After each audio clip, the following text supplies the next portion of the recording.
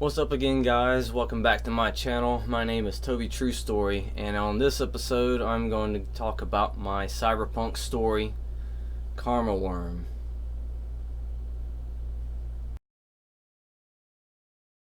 A series of murders have become a sensation across the country. Known as the Centipede Murders, no one knows where the forum legend came from, who started it, or how many murderers there are. While some worship the symbol spreading across the internet, others are baffled as to the reasons behind the murders. Identifying information thought to be tucked away safely within government archives is deleted, leaving authorities with little to go on. With such an elusive and invisible entity controlling the fates of what is assumed to be random citizens, a girl in tune with cyberspace more so than the average person has finally uncovered a mysterious code that might just be the entry into discovering what the centipede is and why it does what it does. Aided by her older sister, she goes off the grid and starts her private battle using her gifted brain to unravel the secrets everyone wants to know. So years ago, God sent me another dream, which became another one of my stories. In the dream, well, actually there were two parts to the dream. The first part was told in like a like an epic fantasy setting. There was a giant centipede monster, kind of like a dragon. And then there were these knights that were supposed to be going up against the centipede. I remember how the knights sort of looked, and I ended up depicting them fighting against a giant centipede monster. I was gonna try to start the story as a comic book, but then later on adapted it into a novella. But before I decided to change it over, I had started the beginning of the comic, and the first 4 pages were the beginning, or that first half of my dream. And when I finally switched over to it being a novelette, I included those first 4 pages of the comic at the beginning, and those 4 pages became the forum that society talks about in the story. The dream, while it showed me the knights taking on the giant centipede monster, it let me know that, or it kind of like, I guess, told some narration, not in words, but just impressions that I knew as the dream was happening, that the centipede was almost like a dragon hoarding gold, but instead in this, the centipede was hoarding information, and the knights were trying to get that information back. But what was unique about this situation was the knights weren't the good guys. The information the centipede had was information that the knights wanted to keep secret because of their misdeeds, their secret deeds. But the centipede was like an unstoppable force, and everybody came to understand that. Yet these knights wanted to try to challenge the centipede anyway. They kind of had no choice, because they didn't want the information the centipede had about them to get out, to get public. But every time they took on the centipede, they ended up losing their life. The second half of the story was completely different, but the 2 dreams happened back to back. The second half of the dream was about the 2 sisters who were the main characters of the story, how they were actually driving to this secluded building, like a house out in the middle of this field, and I knew that they were hiding from something, and that the house was unlocked, that the younger sister knew this, The older sister was kind of being taken along for the ride and being shown things as time progressed, but the dream showed me the actual layout of the house, and I describe it in the story. There is the main living room, which, as soon as they walk in through the front door, there's the main living room.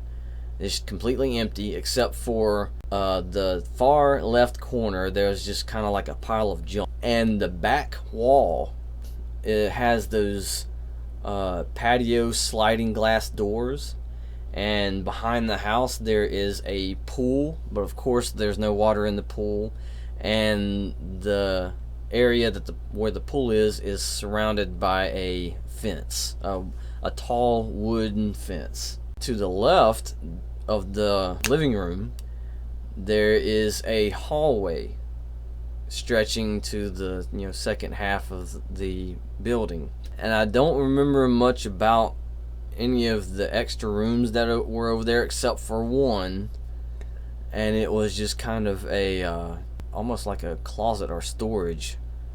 I mean, there wasn't much else described. It just, the dream just told me it was there. In the story, I describe a kitchen / dining room on the opposite side of the living room, though that part isn't in my dream. I just did that for the sake of building the structure. Also in the dream, there was a hidden laptop in that pile of junk, and the younger sister has to use it to fight against the threat that has them, that these two sisters are hiding from. Later on in the dream, the dream didn't give me all the details, so it fast forwards. There is somebody who visits the two sisters.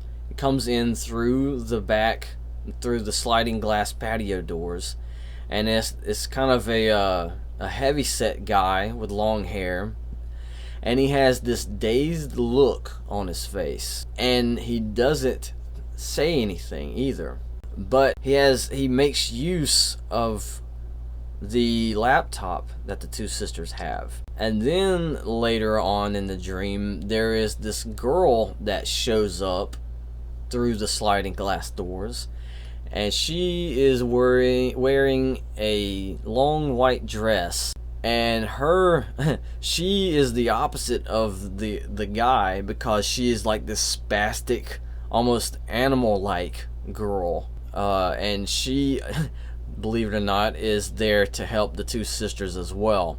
That was basically all the dream gave me.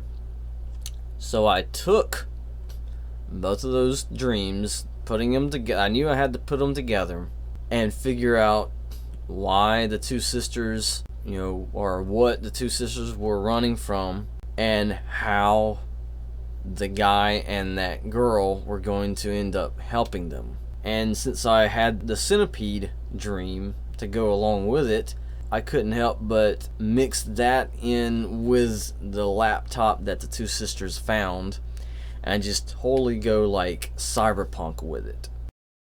I ended up doing some research about centipedes. I don't remember at what point of the story or putting the story together that I did this, but it totally worked out that it was a centipede, because centipedes are predators. And with the cyberpunk feel, with the murders being, confusing puzzles to the authorities, they're trying to figure out what's going on, who the murderers are, and why the victims are the victims, what's the connections and all this. Of course, society in the story, with the use of the internet and social media and all that, start throwing out all their theories, and there's the birth of the icons and even the worship of the phenomenon of the centipede murders, right?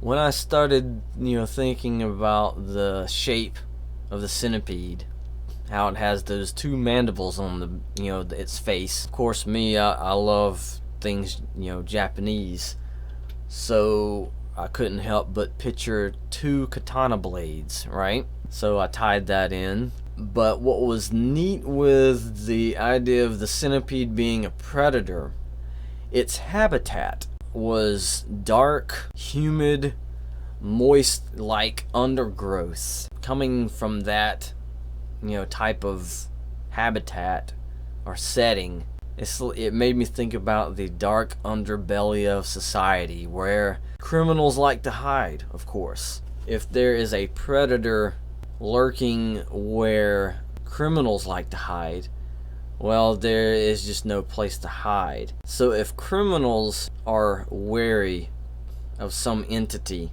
and find out that that entity gets their information, well, I kind of figured that would be like bait, like almost like luring the criminals out of their hiding place. It's not like hiding was going to help them out anyway, but almost like the centipede having that information was taunting them. But of course, the criminals are going to react. It's just predictable. They're going to panic and go after the entity that has their information because they just don't want to be caught. And that just brings them right to the jaws of the centipede. So the whole idea, the background behind the story was almost vigilante-like. There are criminals trying to hide, and some entity takes out the criminals and then sweeps the act under the rug, except for, there's the dead body, right?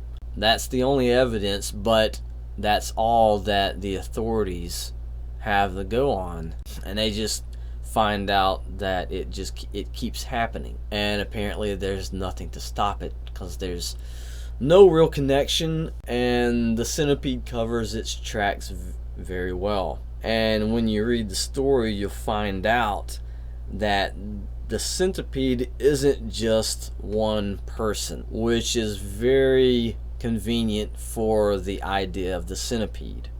After all, the centipede murders happen all over the country, so there has to be more than one person doing this. As far as the technology and stuff like that, making it cyberpunk with the gritty side of the genre, I had the technology in use to be some like piecemeal contraptions that actually work.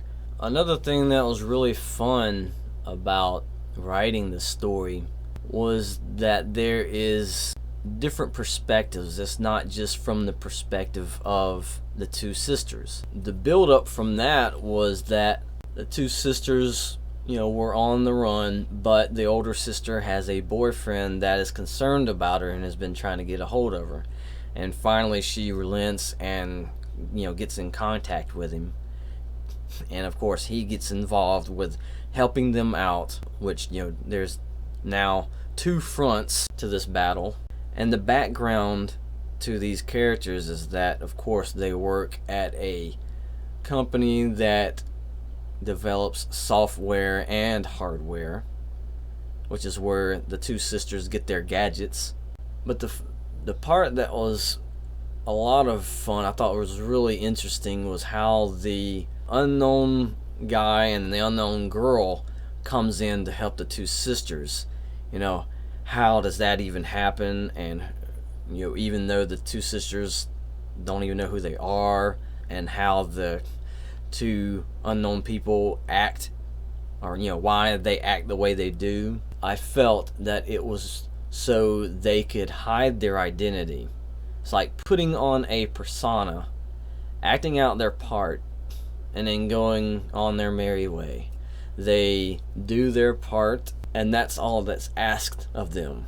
You're probably wondering, what do I mean by that? And that's what ties all of the mystery together of the story, revolving around the younger girl. She knows a lot, and the older sister is having to, go along with a plan that the younger sister has set up. Of course, she trusts her younger sister, but at the same time, she would like to know all the details instead of having to find out something as, the plan progresses, which is why it's kind of hard for her to explain things to her boyfriend, and her boyfriend really wants to know what's going on and wants to help. Going on how society is reacting to the Centipede murders, we get glimpses of this when the boyfriend goes to do some research on the Centipede murders. He brings up, media about, different blogs or videos, news videos, to where the reader gets a peek at the world that all of this is going on or happening in. And as I mentioned before, how the knights were the bad guys and the centipedes were the good guys. I don't think I'm giving anything away by saying that, but since the two sisters are set up to be going into hiding because of some code that the little sister stumbled upon, and then the plan that she sets up, what is really going on? What is the sister, planning? Who are the two random people that show up? And then who are the people who are, killing off supposedly random victims? What are the victims really up to? Who are the victims? Are they hackers or what? Given that it's a cyberpunk story. And what does this plan that the little sister has, what is it trying to accomplish? Why is it involved in these centipede murders? And why is she not divulging everything to her older sister? When it comes to predators lurking in places where criminals hide, there are the questions of good and evil, and the idea of judgment and justice. All these things are, the older sister is contemplating them throughout the story, and of course is feeling unnerved by all of what is going on. Like she's a random citizen, just like she's just a citizen having to watch what's going on, even though she might be in a situation where she could help stop a murder from happening. But what is the true nature of the murders and the true nature of the centipede that takes these people out?